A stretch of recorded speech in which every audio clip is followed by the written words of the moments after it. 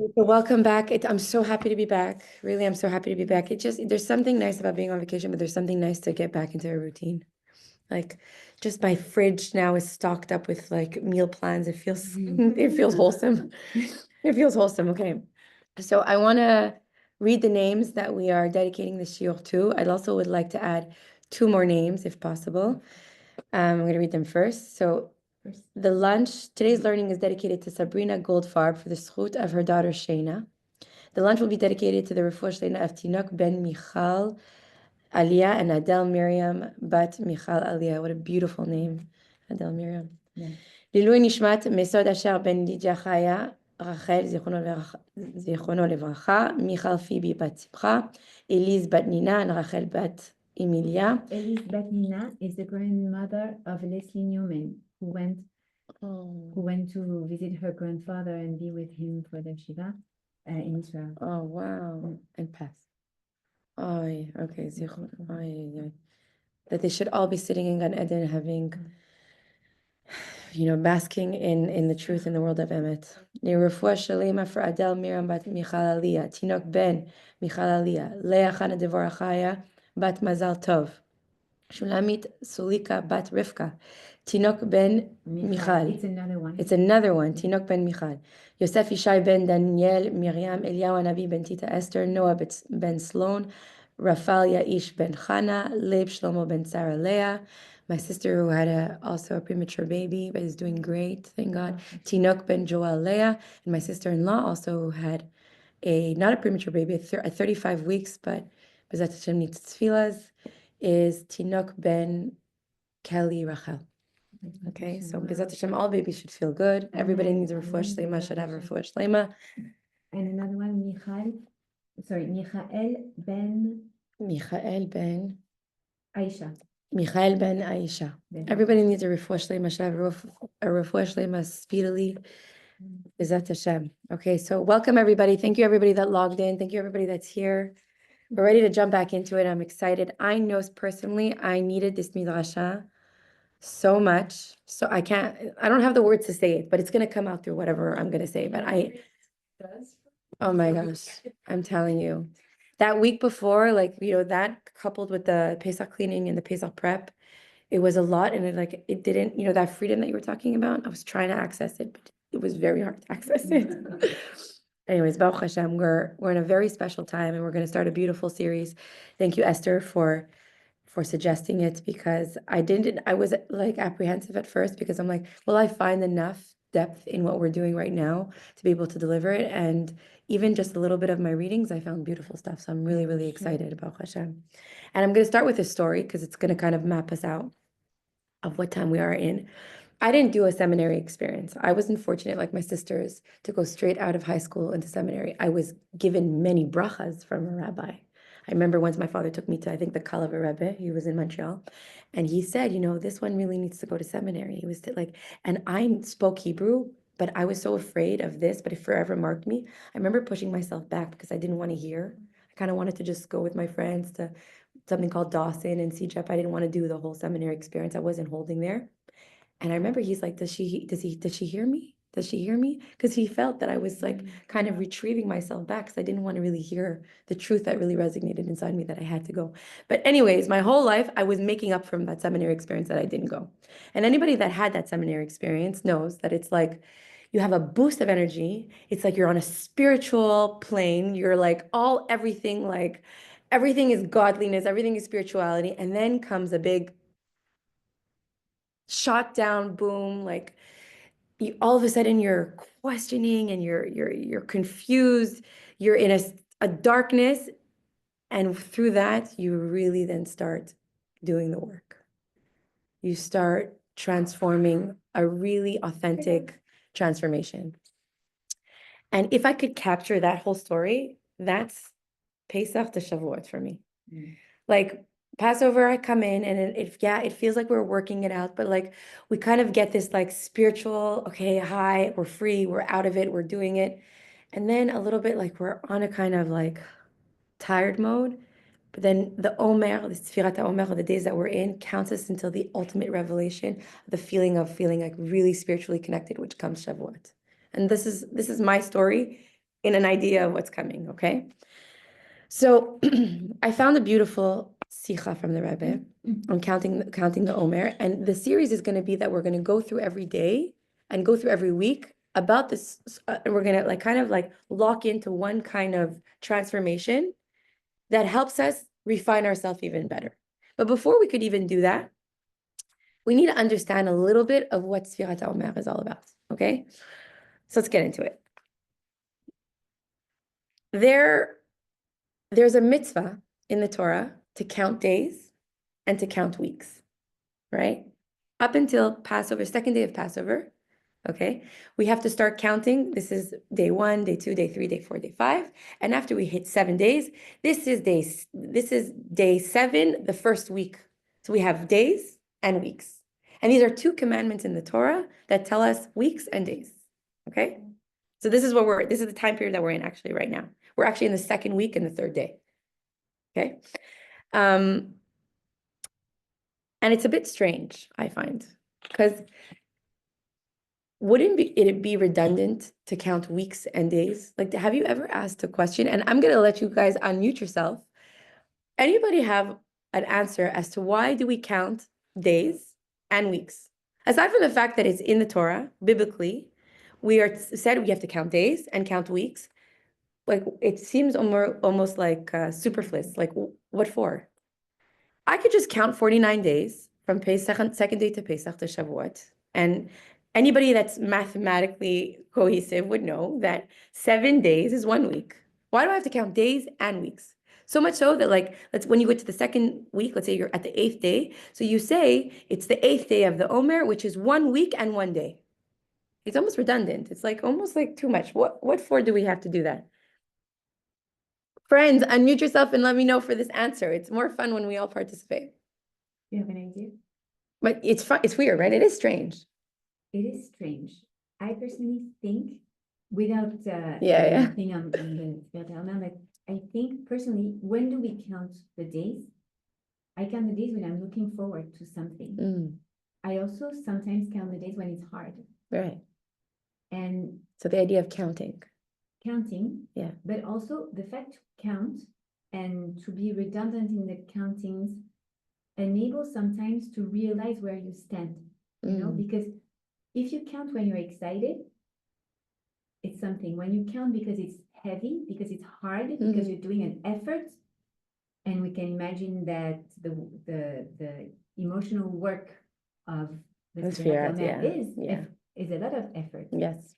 It brings a lot of nachat atzmi to realize, wow, it's been already 1 week. You know, when you but when you do a diet, right? That's when a good you example. start the diet, so hard. Yeah. You count the days, and they're long. You count down the kilos, right? or the pounds, right? But it's been 1 week and 1 day. Yeah. It's not only just days. Now we're speaking about 2 levels of accomplishment. Wow. So you feel it's more accomplished after you've reached a week. Yeah. So you're saying for the counting brings to an excitement that we're almost getting there. Okay, that's a very good answer. It's a very, very good answer. Okay, so I'm going to tell you what the Rebbe said. I'm going to tell you actually what some of the commentary says, just so that we have some background information. It's important to know a little bit of this time, what's all going. So it says from the first rest day of Pesach, which is the second day after Pesach, the 16th of Nisan. This is from the Torah. The day you bring the Omer as a wave offering, you should count for yourself 7 weeks. When you count them, they should be perfect. You should count until, but not include 50th day. The 50th day is Shavuot. Yeah. The day following the 7th week. And on the 5th day, you should bring the first meal offering from the new. Again, another pasuk comes to tell us in the Torah, you shall count 7 weeks for yourself. And from the time the sickle is the first put to the standing crop, I'll go over that, you shall begin to count 7 weeks, and you shall perform the festival of the weeks of the Lord, your God, the donation you can afford to give according to how the Lord, your God, shall bless you. So in the time of the Bet HaMikdash, the word Omer, Sfirat HaOmer, the Omer was actually the first kind of barley crop that what they would do is that they would, at the springtime, which they were in now, they would cut the crop, they would take this first barley, they would grind it and sift it, and then with a fistful, they would throw it on the altar, and that would be the dedication, the first Korban Omer that they would give in the temple times. And that was an indication that we start counting. Okay? So another question is, we don't have the Beit HaMikdash. We're not at a time, we're in the exile, we're not at a time where the Holy Temple stands. So why would we have to still count the Omer if we can't do this Korban Omer? Because even in the Torah, it tells us you will take the crop, the barley crop, you will sift it, grind it. The Kohen HaGadol will take a fistful, throw it. The rest of the grinding, you will actually make matzah that the Kohen HaGadol will eat because we're still in Pesach. But we don't have that right now. So why you ask us to count on something that we don't have a Beis HaMikdash to actually do the Korban? So then there becomes, like in everything, there becomes a debate. Rambam says there are 2 psukim in the Torah that says you will count days, you will count weeks. So it is what it is. It's biblical. It means it's deoraita from the Torah. We must count Sfiras HaOmer. Tosfot and other halachic authorities, which became code of law, said actually it's really rabbinic because this whole counting of the Omer is associated to the Korban Omer that we did, and because we don't have a Beit HaMikdash, it's not a biblical commandment, it's a rabbinic commandment because we're commemorating the Beit HaMikdash. So lezecher Beit HaMikdash, we do the Omer, but it's rabbinic. He holds that it's not from the Torah law, it's from the rabbis who instituted it to count the Omer. Because they said that the counting in the Torah is obviously associated with the actual Korban Omer, which was done in the with the Beit HaMikdash. But because we don't have the Beit HaMikdash, we remember the Beit HaMikdash. And so if it's just in remembrance, it's not biblical, it's rabbinic. You know, it's very interesting. And I'm sorry. Yeah, no, please, we're here. But it's linked also. I realized that, and it's the first time I think about it, but it's exactly the same with the mitzvah of Afrashat Chala. Yeah. And you're going to speak about it? No, but I read about it, yeah. So it's exactly the same, that Afrashat Chala, why do we do it today? There's no reason for us to do it today since there are no Kohanim that we give the Chala to. So it doesn't make sense. So it's the Zecher Beit HaMikdash. Exactly. Right. And it's also for us not to lose it. Exactly. That's exactly why. We keep doing it rabbinically so that we could manifest the time that there's going to be the Beit HaMikdash. The same thing, if we're talking about Le'alot, the candle, right? Lighting of the menorah is rabbinic. We don't have a Beit HaMikdash that we were supposed to really light the candles for. So it's just so that we could have in mind the actual redemption coming. So Zecher Beit HaMikdash, we keep these rabbinic laws. But if it's Zecher Beit HaMikdash, it becomes rabbinic. It's not from the Bible. So Rambam holds, no, it's from the Bible. It's written in the Torah. And Tosfot and the other code of law say, no, it's rabbinic. Comes another very well-known sage. He was French and Spanish. He left France and then he came to Spain. And his name is, I want to say his name properly, Rabbeinu Yerucham. Rabbeinu Yerucham said, actually, no. He comes with a third opinion, which is a subtle one. Talks about the nuance and the details. He says the counting of the days is biblical and the counting of the weeks is rabbinic, which means when you count the days, this is associated to the Torah law that says is in the psukim that you should count the days. But when you count the weeks, this is more associated to when they were talking about the Korban Omer, which becomes rabbinic. So now anybody should have the question like, okay, come on. Counting is counting. You can't tell me when I count 1, 2, 3, 4, 5, 6, up to 49, it's Torah. I fulfilled a Torah law. And then when I count the weeks, it's like, I fulfilled a rabbinic law. Like, how can counting now be differentiated between what is Torahic and what is rabbinic? Right? It makes absolutely no sense. Meaning, like, okay, if I went ahead and said, okay, today is the second day of the Omer, I did a Torahic law. But if I did, today is 28 days of the Omer, I did a Torahic, which is 4 weeks of the Omer, it's rabbinic. Meaning, it almost seems bizarre, right? So the Rebbe in 1951 on Lag BaOmer delivered a sicha that spoke about this point and spoke about how this commentary spoke to each individual on what the Omer is all about. So this time period, okay, is about refining ourselves. Okay, think about that seminary experience. I went and I wanted, and everything was beautiful. I had that shot of high. I'm living on my spiritual plane. Then, boom, come crashing down, and the work starts. Every day, I sit with myself now. And I think, what elements of me do I enjoy and that I want to enhance? And what dimensions of me that I really need to work on, which we all have personally. And Hashem separated it for us in 7 divine emotions. 7 divine emotions. I'm going to go through them because I want to say them well. The 7 divine emotions, which are, wait, let me say it well, because, I read it better than I say it. Okay, which are chesed, love and kindness. So all of us have these faculties, okay? Chesed, which is love and kindness. Gvura, which is discipline, boundaries, and restraints. Tiferet, which is beauty and empathy. Okay. Netzach, which is victory and ambition. Hod, which is humility, gratitude, and acknowledging mistakes. Okay. Yesod, which is bonding and communicating, connection. And Malchut, which is leadership, confidence, and selfishness. 7 divine emotions that we are all made up of. We have a level of kindness. We have a level of boundaries. We have to work on some of our humility, our gratitude, our beauty, our empathy, our ambition, our confidence, our self-confidence, our selfishness, our reason to make mistakes. Okay? Yeah, so the spheres are 10.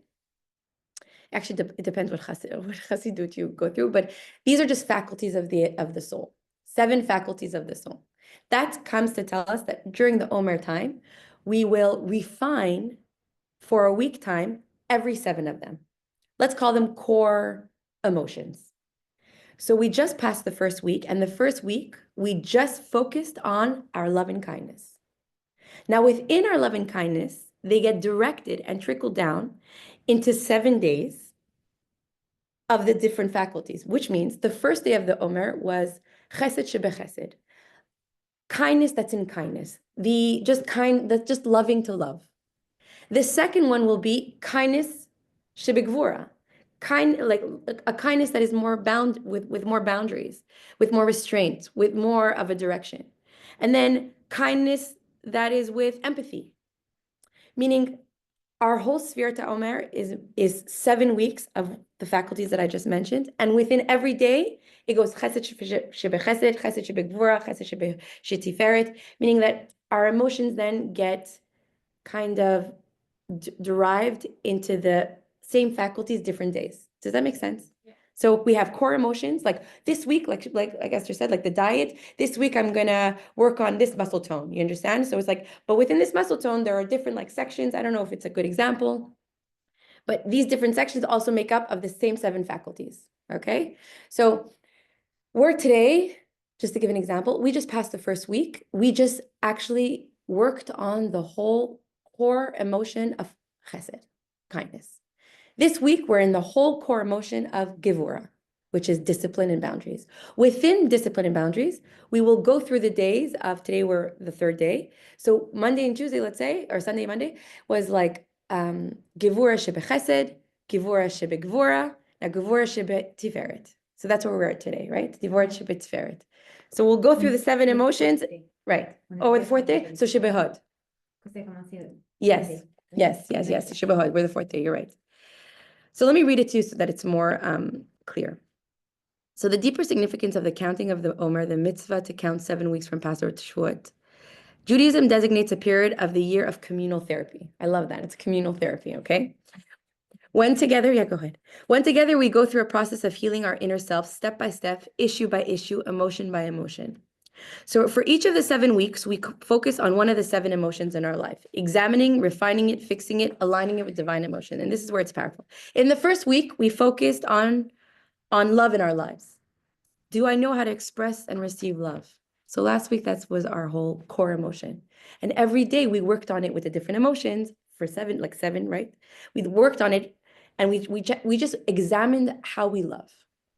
This week, in the second week, we focus on our capacity for creating boundaries. I'm working on that right now, really. Our capacity for focus or for creating boundaries. Do I know how to create and maintain proper borders? The next week, in the third week, we reflect on our ability to empathize. Do I know how to empathize? Do I know how to be here for someone else on their terms and not mine? It's a big one, you know? Sometimes we feel like we have to be empathetic when it's convenient for us, but could we be empathetic to people on their terms when they need it, at their vulnerability time, at their vulnerable times? In the fourth week, we look at our capacity to triumph in the face of adversity. Do I know how to win? Do I have ambition? The fifth week is focused on our ability to express gratitude, show vulnerability, and admit to mistakes. This is all what's leading up to the 7 days of refinement, of perfecting ourselves, really. And on the 6 weeks, on our ability to communicate and to bond. And finally, in the 7th week, we focus on the skills as a leader. Am I confident enough to lead? Do I know how to lead? Do I possess inner dignity to lead? Is my leadership driven by insecurity or ego? Or am I a king over myself? Do I possess inner core values? That's the last week. Okay, so these are core values, like Esther said, like, let's say once you do that one set of diet, you feel like, wow, you know, you've won, you've succeeded, you worked on this emotion so much that you feel like you've overcome it. Okay. It's about a trait per week. It's per week, but within that trait per week, it gets subtracted into the days that get trickled into that trait into the different 7. Okay. Do you see what I'm saying? So it's 7, and then within the 7, they go through 7.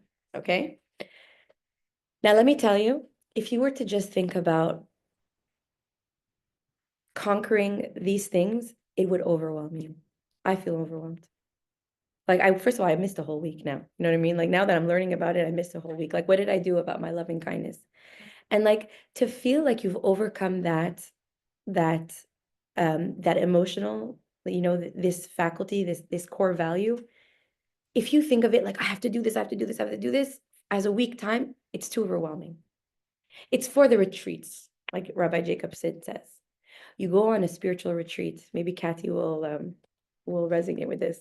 You go on a spiritual retreat and you feel like you've conquered it all, and you're just like, wow, like that's it. Like I'm not bound to my emotional restraint. I feel liberated. I feel elevated. I feel like this is not like me. It's like a child now that is potty trained, doesn't have to go back to the diaper. You rid yourself from anything that drew you down and you feel like a whole new person. Halavai that we should always feel that.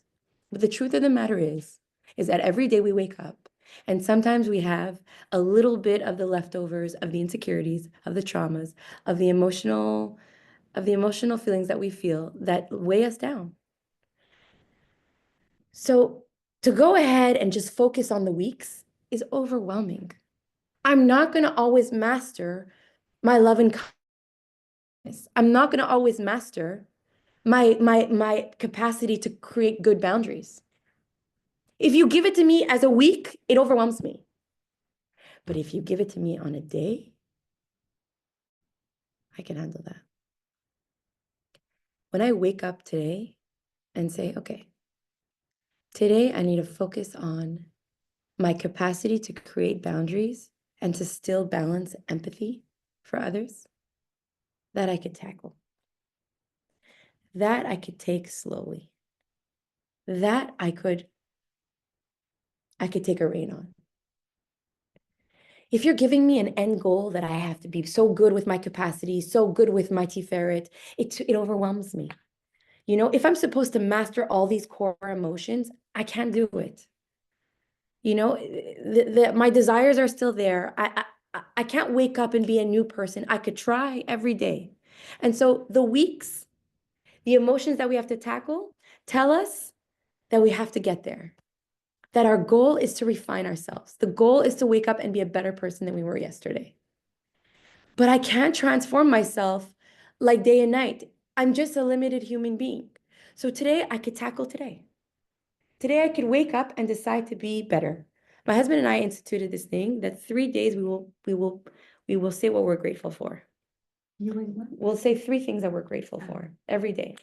We exchange a text that has the same text, and every day we will, because let's just say, if I have to, speak vulnerably here, let's just say that I have to work on my patience.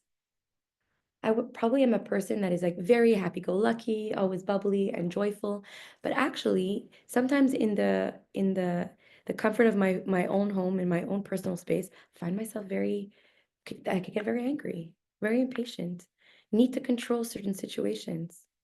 That's how this time I sit on my emotions and I'm like, wow, I really envision myself to be such this cheerleader, pom-poms in hands all the time. But when push comes to shove and I'm faced with a situation that pushes me, I'm not that idealistic self that I imagine myself to be. And we all have that. We all like perceive ourselves to be something. And then when it comes to the actual moment where we're in, we're not that.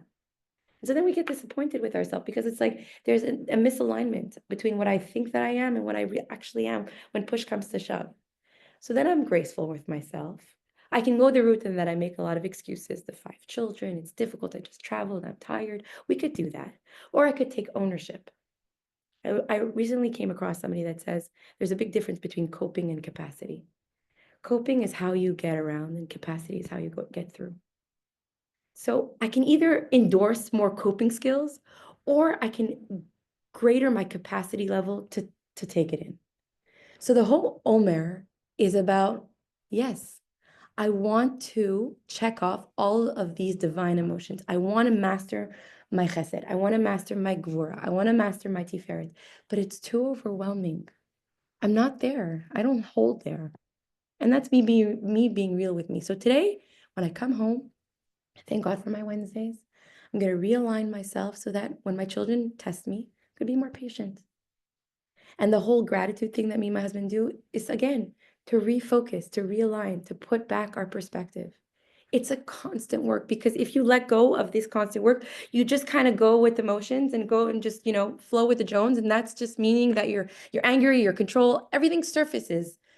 You let the worst of you come out. But it's the work of the Omer is like, let's try to dignify, let's try to refine. That holistic part of what you want to be, you want to get there, and you will get there. But we're not going to take it by weeks because it's going to overwhelm you. I'm going to take it by day. Can I share Yeah. something? Rebbetzin Frankfurter, the wife of Rabbi Frankfurter, she's a very busy woman, very involved. She was in charge of Neshech Chabad for many years. And one day when I was starting working with them, I told her, like, how do you do to accomplish all those things? And she told me, I take it one day at a time. And this is exactly what you mentioned. Like, it's not overwhelming when you take one day at a time. Today is one thing. I What do love I have it. to do today? That's really it's my mojo right now. I'll tell you why. Because I saw recently a post that said even God took 7 days to create the world.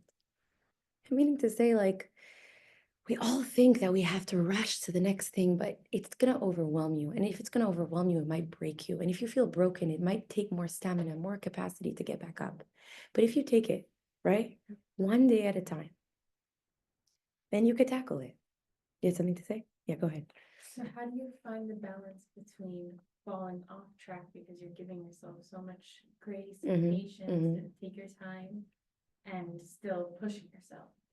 So it's a good combination. It's the combat of life, right? Like you don't want to push yourself off the edge, but at the same time, you want to get to the goal. So when you really, really are set on what the goal is, it could be many goals, big goals, then there's wins. There's an ultimate goal. I want to be the version of Sarah that I imagine, to my husband, to my children, to my community, to myself, to myself, to myself. I don't want to get angry. I don't want to be possessed by my lack of control. But it's so deeply ingrained in me that, yes, I will take it one step at a time, but I'm not going to do like, oh, I have to finish this within a week. It'll overwhelm me. Today, when I come home and my children, I'll get into that car ride of pickup, which is mostly the hardest part. I will either play music. I will either do something that will remind me that I'm going to calm myself down. The small wins. The end goal should be there, but the concentration should be on the small wins. That's how I think you can create the balance. Obviously, I'm not giving a passive laziness to not push yourself. We all need to get there. We all need to refine ourselves. We're in that mode right now. The vibe of the air is perfection, is refinement. And the Okay. fact that it's every single day, so Yes. it's a little impulse every day. Yes. You know, I always think about that bubble of soap. You know, when you were little and you played in your bath. I don't know if you or not, but I do that with my kids a lot. When they were little, we would play and make bubbles of soap right in the bath. Take soap like So that. cute. You're such a cool mom. If you wanna direct it to the end of your hand and you blow it hard, what's gonna happen? It's gonna explode. Mm.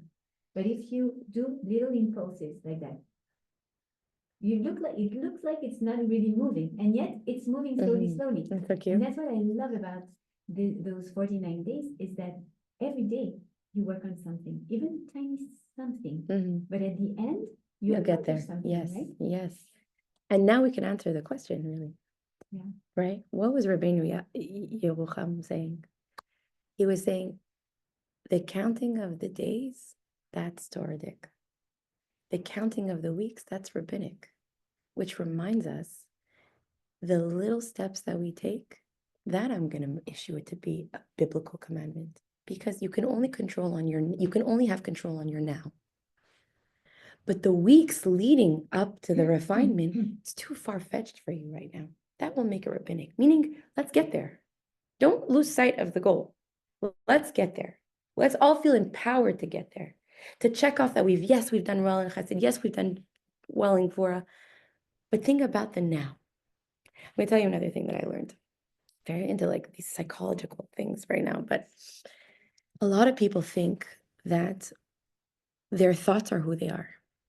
I recently read an article of a woman, Shem Shmuel, not to anybody, but that she opened up that she has very dark suicidal thoughts, mother of children and everything, and she was vulnerable enough and wrote an article that was so profound about how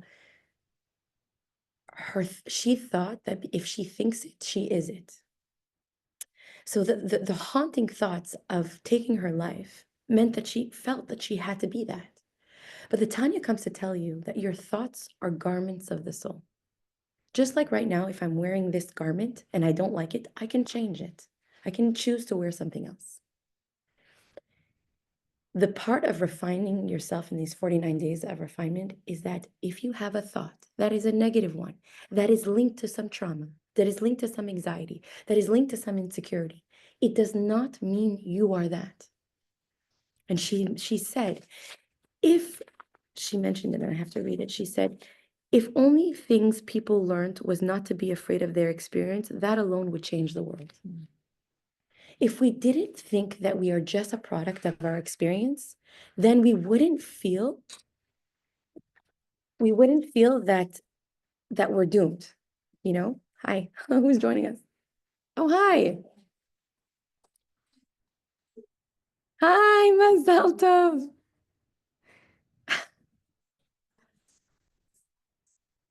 Bah, il veut écouter la Torah, c'est sûr qu'il veut pas s'endormir. Hi, how are you? Welcome. He's learning Torah early. That's so cute. Amazing, amazing. Yosef, you know that he has a part for me here. Yosef, I love it. So she said that, you know, after listening to Rabbi Jacobson for a long time, she told him that I struggled with deep anxiety, depressional thoughts.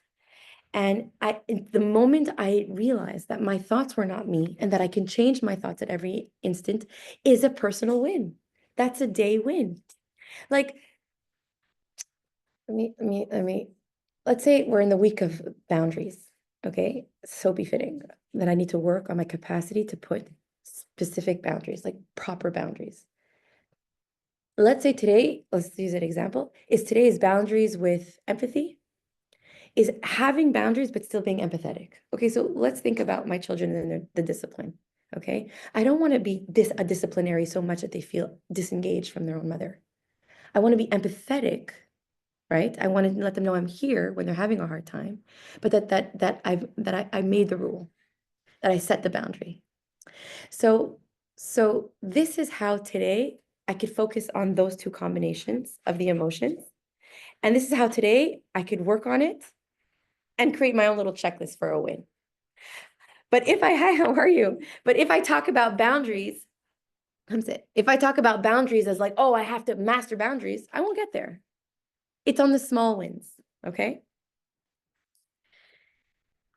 Can we just Go over a go little over bit? that? It's so Okay, beautiful. okay. It really is so profound. I know, it's beautiful. Because I'm gonna summarize. really empathy. Empathy is not compassion. No, And compassion is actually loving kindness Yes, and empathy. yes. It means like I take everything you pour on me, yes, I take it on me. yes, And I'm all wet of that. yes, Like loving yes, kindness, like yes, liquid. yes. It's boundless. It's like, But the truth is that this is sometimes very toxic. yeah, absolutely. For years, and since we are opening and we're a small group, even though it's Yeah. recorded, but Right, Baruch Hashem. for years, I was too compassionate, and it would destroy me because you hear so many problems, Mhm. and when you think they are your problems, it's very painful. Yeah, it dawned on your heart. Oh my God, it's so difficult. And I learned from like Gvura is one thing, 1 week that I really Struggle with? yeah. Me too. But it's so important because actually it's the Gvura that allows you not to be angry. Yes. And I'm the same character Yes. as you described earlier. Yeah, no, it's actually that. It's Because people who tend not to have boundaries get angry because anger is the emotion of protection of your territory. yes. Or the need for control. Exactly. Yes. So it's very interesting because empathy is actually being able to create a limit Yes. between you and the other. Yeah. Without being too strong and Right. without being too. And I think a parent and a child situation is a good one. Like my father just bought my son a Nintendo Switch. This is completely unaligned with what we wanted for our children, especially my son who's obsessed with screens. And now I have to go over this whole regimen of how I'm going to create a boundary on this device so that my son doesn't come home and runs to it. Understand? But it's more than that. It's being empathetic on the fact that he loves it. And after taking a parenting class with Rabbi Shai's Tov, I want to engage myself in something that he likes because I want to get to bonding, which is, by the way, another faculty that we go through. Bonding, that connection piece. My son likes to do this stuff. I should sit in and play with him Nintendo, that Mario, like I said, right? But at the same time, I don't want it to engulf him so much that he becomes addicted because I'm responsible for him as a parent as well. So how do I set that boundary, although allowing him to be... So this whole time period is a time period of refinement, when we were just saying. And we came within a beautiful sikha that, to make a long, just to summarize, there was one commentary that says, there was a whole debate if it's like rabbinic or rabbinic or biblical. The Rambam says this is biblical because it's from the Torah. To count weeks and to count days are both rabbinical. Because my first question is, it's really weird. Why do on the 8th day I have to say this is the 8th day of the Omer? So I'm like saying 8th for the count, but it's a week and 1 day. Do the math yourself. We don't need to. It's superfluous. It's like you're counting weeks, then you're counting days. What for? It's referring to the midot, no, of every. So yeah, That's what so I we meant. know that we're going through every midah, but that's not a reason for it. I'm saying like, what, just count the midah as a day. Don't count it as a week.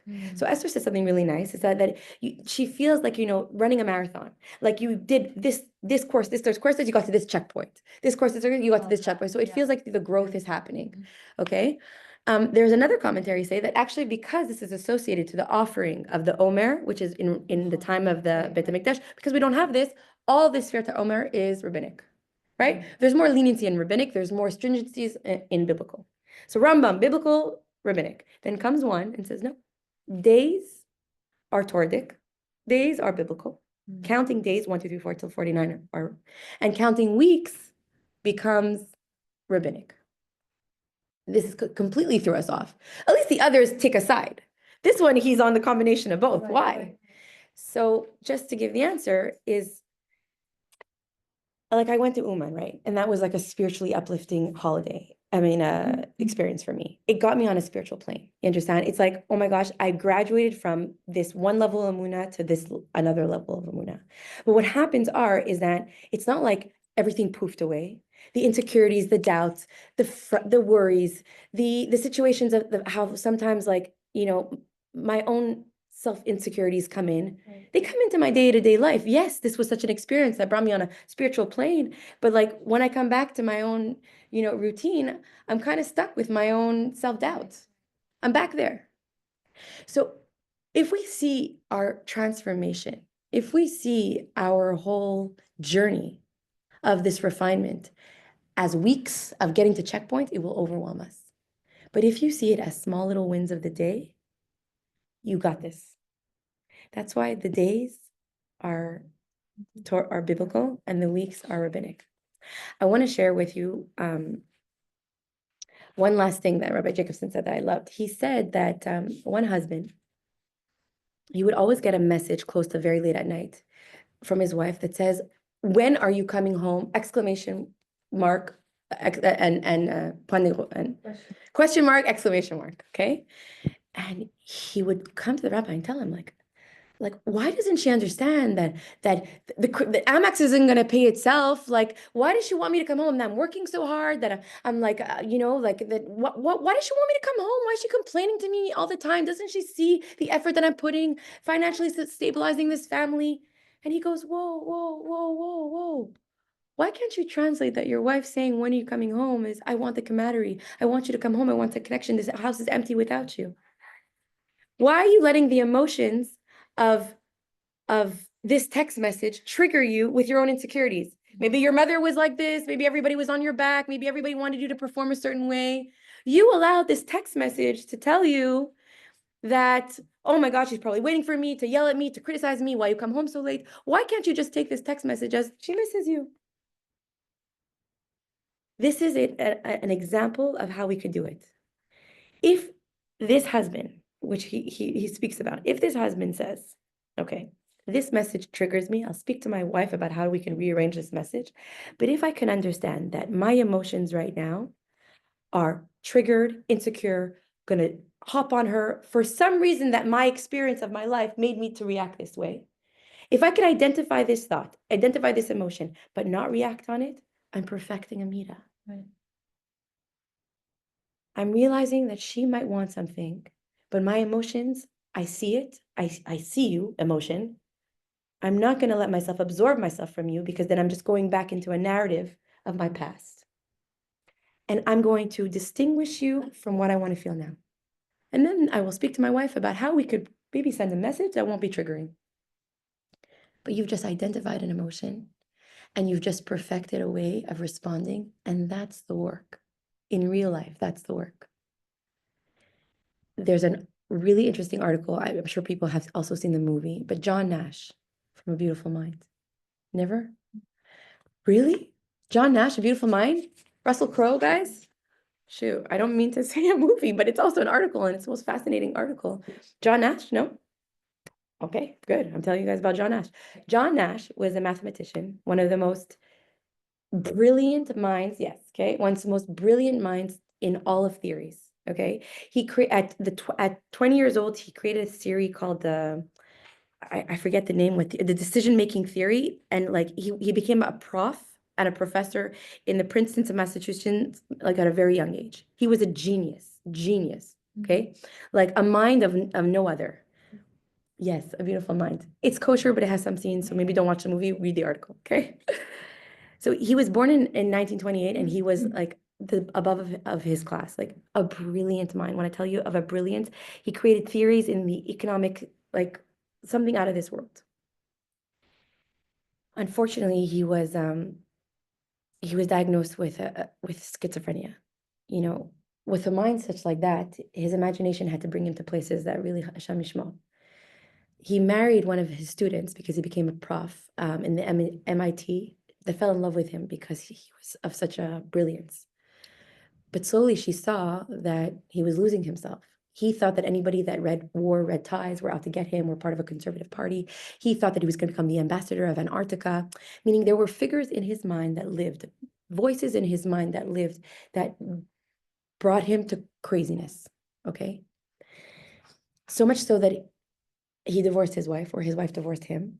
And when his sickness overcame him, she felt bad for him, and she still like kept emotionally bonded to him, and she let him stay in her house. But she saw how these like demons were like emotionally hijacking him, you know, on a very, very profound level. At a certain point, his intelligence allowed him to become emotionally intelligent, to still see these figures that lived in his mind, but distinguish them. So much so that he won a Nobel Prize. I'm going to read to you what he said at his Nobel Prize. He won a Nobel Prize for something beautiful, and he remarried his wife because at a certain point, she was able to see that he was able to function without the demons in his mind. And by the way, we all have, not like that, but we all have those voices in our head that say, "Do it, to break the turn on the red light." But you're in control. You're on the steering wheel. You don't have to do that. You have the ability to alienate your thoughts and that come and the emotions that come. Just like I said, the Tanya tells us that we could change garments at any time. You could pick a different shirt. You don't have to be a subject to your experience and your thoughts. You are not your thoughts. You can change them. So in his final scene, okay, during the ceremony, he says, "I've always believed in numbers and equations and logic that led to reason. But after a lifetime of such pursuit, I ask, what is truly logic? Who decides reason? My quest has taken me back through the physical, the metaphysical, the delusional, and back. And I have made the most important discovery of my career, the most important discovery of my life. It is only in the mysterious equations of love that any logic or reason can be found. I'm only here tonight because of you," pointing to his wife. "You are the reason I am. You are my reasons. Thank you." And with that, people applauded after his Nobel Prize. And he shares that at that Nobel Prize, he had his most schizophrenic episode that had ever happened to him. Seeing people come and chase him. Everybody was wearing a red tie.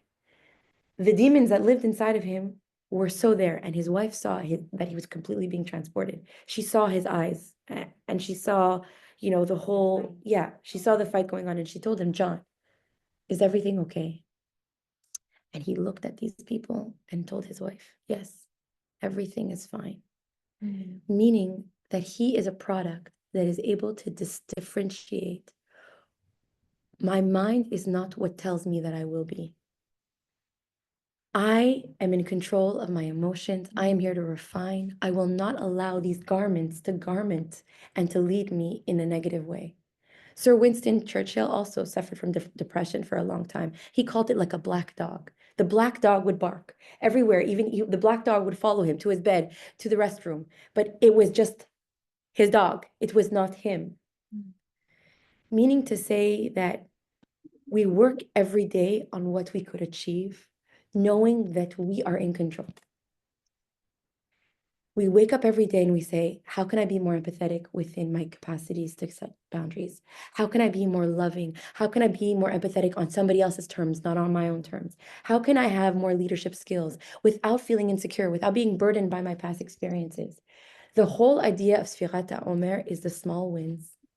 And that's why this offers that this is a Torahic. The counting of the days is a Torahic commandment, because take it one step at a time. How are you sitting in the passenger seat today? Taking control of your life in a way that, yes, you want to get to the goal of refining your chesed, of refining your gvura, but step by step, day by day. You got to the week, great.